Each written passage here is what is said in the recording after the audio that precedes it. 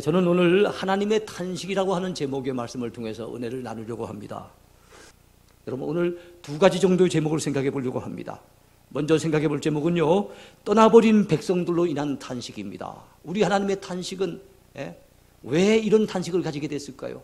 무슨 이유 때문에 토해내시는 탄식입니까? 떠나버린 하나님의 택한 백성들, 그들 때문에 그들로 인하여서 당하시는 그런 탄식이라는 겁니다.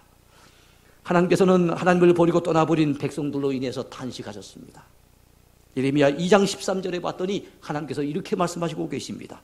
내 백성이 두 가지 악을 행하였나니 곧 그들이 생수의 근원되는 나를 버린 것과 스스로 웅덩이를 판 것인데 그것은 그 물을 가두지 못할 터진 웅덩이들이니라. 그렇게 말씀하고 있어요. 하나님의 택한 백성들이 하나님을 실망시키면서 하나님 앞에 두 가지 악을 행했답니다. 하나는 하나님을 버리고 떠난 거예요. 그런데 그 하나님은 어떤 분이십니까? 바로 그들에게는 생수의 근원이 되시는 하나님이세요. 그런데 그 생수의 근원되는 하나님을 저버리고 떠나버린 것이 큰 악이고, 떠나버리니까 목이 마르죠. 심령이 메말라지겠지요. 생수의 근원을 저버렸으니 얼마나 답답하고 힘들겠습니까? 지쳐버리겠지요. 그러니까 스스로가 물을 갖다 가둘 수 있는 그런 웅덩이를 판다는 거예요. 근데 그 웅덩이는 물을 이렇게 가두지 못할, 물을 저축하기는 어려운 터져버리는 웅덩이라고 하나님은 말씀하고 있는 거예요. 오늘날도 여러분, 우리의 생수의 근원이 되고 기쁨의 근원이 되고 생명의 근원이 되고 행복의 근원이 되시는 하나님을 저버리고 떠나버리는 사람들이 많습니다. 그들이 세상길로 헤매이고 방황하다 보면 얼마나 그 영혼이 목마르겠습니까? 얼마나 답답하겠습니까? 얼마나 컬컬하겠습니까? 얼마나 영육간에 힘들고 지치겠습니까? 그럴 때 그들이 어떡합니까? 스스로가 웅덩이를 파는 것처럼 스스로의 힘으로 그 갈증을 해소해 보려고, 스스로의 힘으로 그 어려운 문제를 해결해 보려고 무진무진 애를 쓰겠지요. 그러나 그것은 여러분, 물을 가둘 수 없는, 시원한 생수를 제공해 줄 수 없는 터진 웅덩이들이라는 거예요. 그렇습니다. 하나님을 떠난 인간의 모든 노력은 결국엔 헛수고입니다.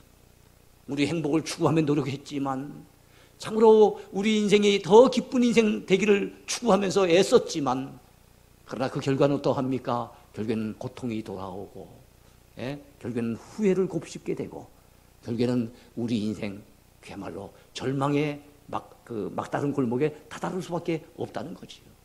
그래서 사람들이 이걸 몰라요. 여러분, 왜 이스라엘 백성들이 하나님을 저버리고 떠났겠습니까? 생수의 근원 되시는 그분을 왜 저버렸겠느냐 말이에요. 그 이유는 그분이, 그 하나님이 자기들의 생수의 근원이 됨을 알지 못하기 때문에, 깨닫지 못했기 때문에 떠나버린 것이 아니겠습니까? 오늘날도 여러분, 하나님 안에 행복이 있고 하나님 안에 생명이 있고 하나님 안에 진리가 있고 하나님 안에 인생의 참된 목적이 있다는 사실을 알지 못하여서 많은 사람들이 하나님을 저버리고 떠나가 버립니다. 얼마나 안타까운 현상인지 몰라요. 여러분의 모습은 어떻습니까? 여러분의 영적인 상태는 어떠합니까? 그들은 하나님께로 얼굴을 향하지 아니하고 등을 돌리고 세상을 향해 떠나갔다고 성경은 말씀하고 있습니다.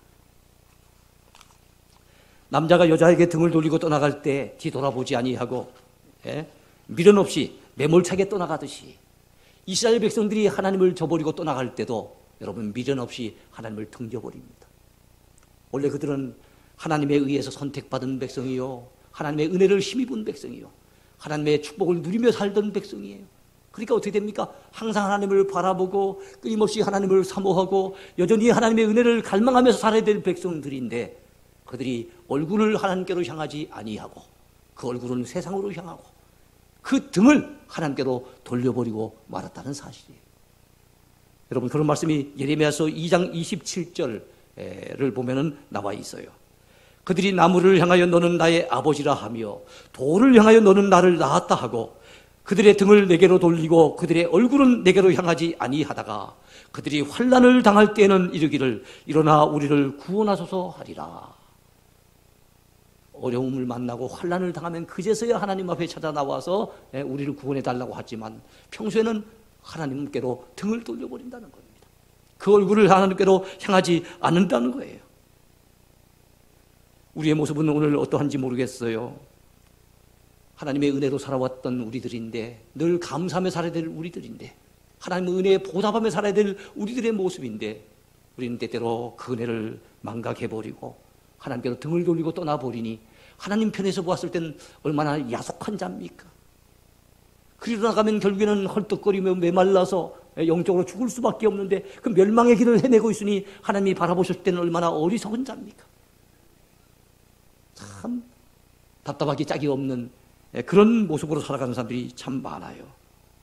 성경에 의하면은 아내가 그의 남편을 속이고 떠나감 같이 이스라엘 백성들이 하나님을 속이고 떠나가 버렸대요. 아내가 남편을 속이고 남편의 그 품을 떠나가는 것처럼 이스라엘 백성들이 하나님을 속이고 하나님께로부터 멀어져 갔다는 것입니다. 하나님의 사랑의 대상이 되어졌던 이스라엘, 그들은 영적인 측면에서는 하나님의 사랑받는 아내입니다. 그러면 하나님은요? 하나님은 남편이시죠. 그럼 오늘 우리도 마찬가지예요. 우리는 주님의 신부입니다. 우리의 신랑은 주님이세요. 그래서 오늘 세례받은 사람은 주님과 더불어 세례받으면 어떻게 된다고요? 연합이 되는 거예요. 꼭 결혼하는 거나 똑같아요. 네? 그래서 결혼할 때 반지 끼워주는 것처럼 공식적으로 반지를 끼워주면서 당신은 이제 나의 아내입니다 하고 끼워주는 것처럼 우리 주님께서 세례식을 통해서 너는 이제 내 자녀요, 내 백성이다 하는 걸 공식적으로 인정을 해주시는 거예요. 사랑하는 성도들이여, 그러므로 우리는 하나님을 저버리고 떠나가는 어리석은 자가 되지 맙시다.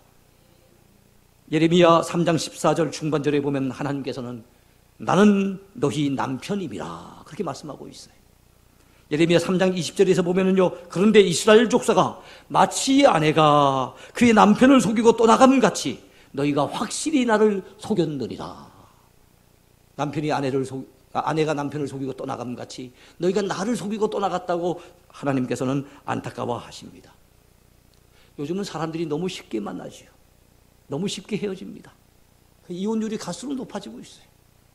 그러나 엄밀히 얘기하면은 사랑하는 사람은 그 사랑이 변함이 없어야 됩니다.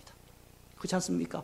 그렇다면 우리가 주님을 믿기로 결심하고 주님을 사랑하기로 결심하고 주님을 따라 나섰다면 주님을 향한 그 사랑 식어지면 되지 않는 겁니다. 그 사랑 변해버리면 안 되는 겁니다. 그런데 이스라엘 백성들은 그렇지 못했어요. 하나님의 사랑을 저버리고 쉽사리 하나님의 곁을 떠나버렸어요. 하나님께로 등을 돌리고 떠나버렸어요. 그렇다면 여러분, 사랑이 식어졌다는 것은 또 다른 사랑이 생겼다는 의미이기도 하잖아요. 그렇다면 왜 이스라엘 백성들의 하나님을 향한 그 사랑이 식어져 버렸을까요? 그들에겐 또 다른 사랑이 생겼습니다. 그들이 믿고 의지할 또 다른 대상이 생겼습니다. 그렇다면 그 당시 이스라엘 백성들 가운데 여러분, 하나님을 떠나서 섬겼던 가장 대표적인 우상이 무엇입니까? 바알신입니다. 바알이란 말은 우리나라 말로 한다면 주인이란 뜻도 있고 남편이란 뜻도 있어요. 바알신을 보고 당신은 우리의 주인이며 우리의 남편이라고 고백한다는 거예요, 그들이. 여러분, 하나님이야말로 그들의 주인이 아니십니까? 하나님이야말로 그들의 사랑의 대상이 되는 남편이 아니십니까? 근데 하나님을 저버리고 바알을 향해서 나의 주인이시며 나의 남편이라고 고백하며 그 바알을 섬기고 있다는 거예요. 얼마나 하나님 입장에서는 속 터질 노릇입니까? 얼마나 하나님 편에서는 안타까울 일이십니까? 그러니까 하나님이 탄식하실 수밖에 없다는 거지요.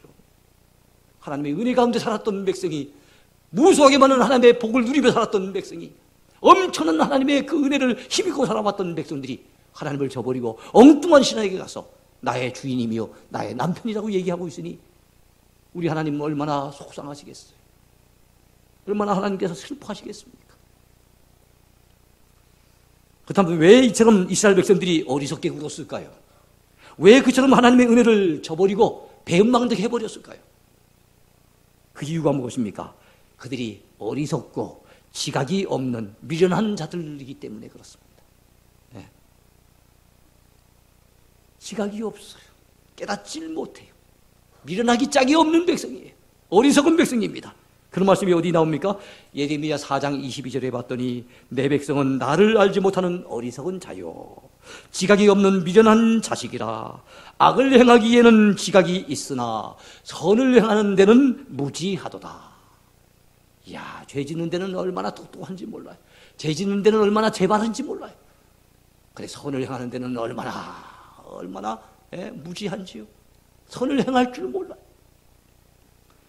사랑하는 성도 여러분, 오늘 맥주감사주일을 맞았습니다만 우리가 하나님의 은혜를 잊어버리지 맙시다. 그네 감사하며 예배드립시다. 그네 보답하며 살아가십시다. 내게 주신 하나님의 은혜를 내가 무엇으로 보답할고 고민하면서 믿음으로 살려고 몸부림치면서 살아가는 저와 여러분 모두가 되기를 축원해 드립니다. 선을 행하는 일에는 이제는 부지런해야 될 줄로 믿습니다. 두 번째 제목입니다. 돌아오지 않는 백성들로 인한 탄식입니다. 하나님의 첫 번째 탄식이 떠나가버린 백성들로 인한 탄식이었다면 이번에 두 번째 탄식은 돌아오지 아니하는 백성들로 인한 탄식이에요. 하나님은 떠나간 백성들 때문에 그들의 뒷모습을 바라보면서도 안타까우시지만 이제는 돌아올 때도 됐는데 이제는 돌아올 때도 됐으련만 도무지 돌아올 줄 모르는 거예요. 그 백성들 때문에 우리 하나님께서는 안타까워하시며 여러분 탄식하신다는 거예요. 심지어는 그들이 매를 맞아도 돌아오지 않는다는 거예요. 하나님의 매는 어떤 매입니까? 사랑의 매지요. 택한 백성들이 이 환난을 당하면, 이 어려움을 겪으면, 이렇게 내가 매를 때리면 정신을 차리고 돌아올 줄로 기대하고 매를 때리시건만 매를 맞아도 환난을 당해도 여러 가지 어려운 고통을 당해도 돌아올 줄 모르는 백성들 때문에 우리 하나님은 탄식하고 계시는 거예요. 도무지 돌아오는 백성들이 보이지 않습니다. 그래서 예레미야서 5장 1절에서 하나님은 이렇게 말씀하십니다. 너희는 예루살렘 거리로 빨리 다니며 그 넓은 거리에서 찾아보고 알라. 너희가 만일 정의를 행하며 진리를 구하는 자를 한 사람이라도 찾으면 내가 이 성읍을 용서하리라. 의를 행하는 자들, 진리를 구하는 자들, 믿음의 의인들 한 사람이라도 한번 찾아내봐라. 그러면 내가 이 백성들, 이 성읍을 내가 용서해 줄 것이라는 거예요. 그 말씀은 한 사람도 없다는 얘기입니다. 그래도 아브라함의 조카 롯의 시대에는 소돔성에 의인 10사람이 없어서 멸망했다고 그 성경은 말씀하고 있는데 이제는 의인 10사람 정도가 아닙니다. 의인 한 사람을 구하기가 어렵다는 거예요. 소돔성보다는 예루살렘 성이 훨씬 더 큰 성읍입니다. 그리고 소돔성은 하나님을 알지 못하는 백성들이었지만은 예루살렘 성 안에는 하나님을 섬기는 선민들이 살고 있었어요. 그런데도 하나님이 찾으셨을 땐 의인 한 사람을 구하기가 어렵더라는 얘기입니다. 그러니까 우리 하나님께서 얼마나 탄식하실 수밖에 없었을까요? 예레미야 5장 3절에서 예레미야 선지자는 이렇게 한탄합니다. 여호와여, 주의 눈이 진리를 찾지 아니하시나이까? 주께서 그들을 치셨을지라도 그들이 아픈 줄을 알지 못하며 그들을 멸하였을지라도 그들이 징계를 받지 아니하고 그들의 얼굴을 바위보다 굽게 하여 돌아오기를 싫어하나이다.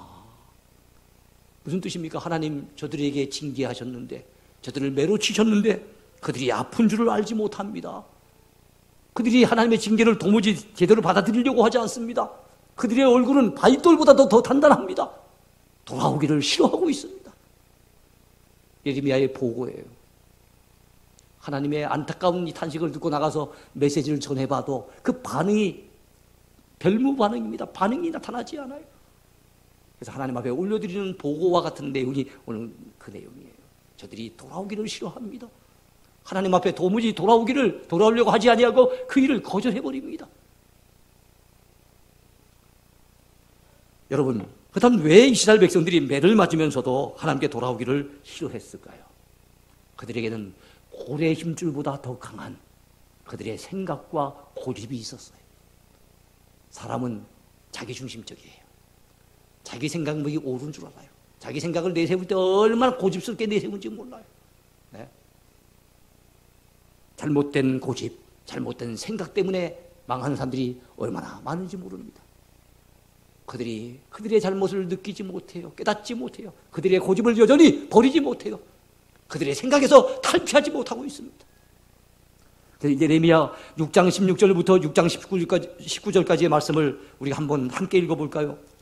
6장 16절부터 6장 19절까지 같이 읽습니다. 여호와께서 이와 같이 말씀하시되 너희는 길에 서서 보며 옛적 길, 곧 선한 길이 어디인지 알아보고 그리로 가라. 너희 심령이 평강을 얻으리라 하나 그들의 대답이 우리는 그리로 가지 않겠노라 하였으며 내가 또 너희 위에 파수꾼을 세웠으니 나팔 소리를 들으라 하나 그들의 대답이 우리는 듣지 않겠노라 하였도다. 그러므로 너희 나라들아 들으라. 무리들아 그들이 당한 일을 알라. 땅이여 들으라. 내가 이 백성에게 재앙을 내리리니 이것이 그들의 생각의 결과라. 그들이 내 말을 듣지 아니하며 내 율법을 거절하였음이니라. 그들이 재앙을 만나는데 그것이 뭐라고요? 그들의 생각의 결과라는 거예요. 하나님께서 그들에게 평강의 길을 제시하셨어요. 너희들 옛사람들이 어느 길로 걸어가는지 한번 살펴봐라. 그리고 선한 길로 걸어가라. 이 말은 뭡니까? 아브라함이 어떻게 살았는지, 모세가 어떻게 살았는지, 다윗이 어떤 길을 걸어가는지 한번 살펴보고 그리로 걸어가라. 그러면 너희의 길이 평강하리라 말씀하셨으나 우리는 그리로 가지 않겠습니다. 내가 너희들을 위해서 파수꾼을 세우지 않았느냐? 그들이 너희들에게 나팔을 불 터인데 이 나팔을 들으라는 거예요. 이 나팔이 무슨 나팔입니까? 경고의 나팔이겠죠. 근데 우리는 듣지 않겠노라는 거예요. 얼마나 고집이 센지요?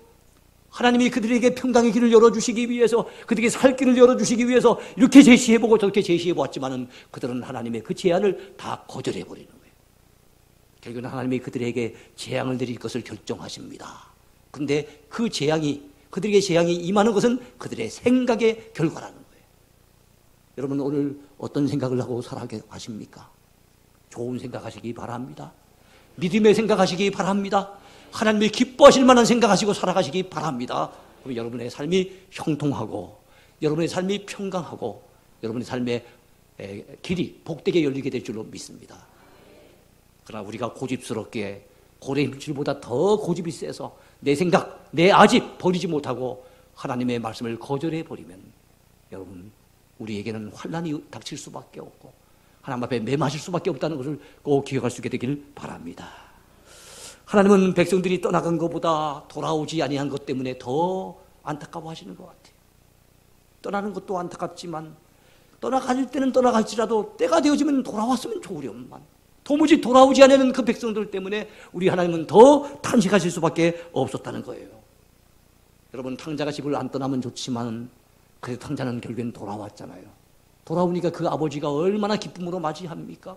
돌아오는 탕자 때문에 잔치를 베풀면서 얼마나 즐거워합니까? 떠나지 않으면 더 좋지만 떠났을지라도 때가 되어지면 돌아오면 얼마나 좋겠습니까? 그런데 그 당시 예레미야 당시에 이스라엘 백성들은 그러지 못했다는 거예요. 그들은 한 번 떠나갔더니 쉽사리 돌아올 줄 몰랐습니다. 그래서 하나님이 슬퍼하신 거예요. 그것이 오늘 읽었던 아까 본문의 말씀입니다. 여러분 8장 말씀 다시 한번 볼까요? 8장 4절부터 7절까지 다시 한번 읽어나갑시다.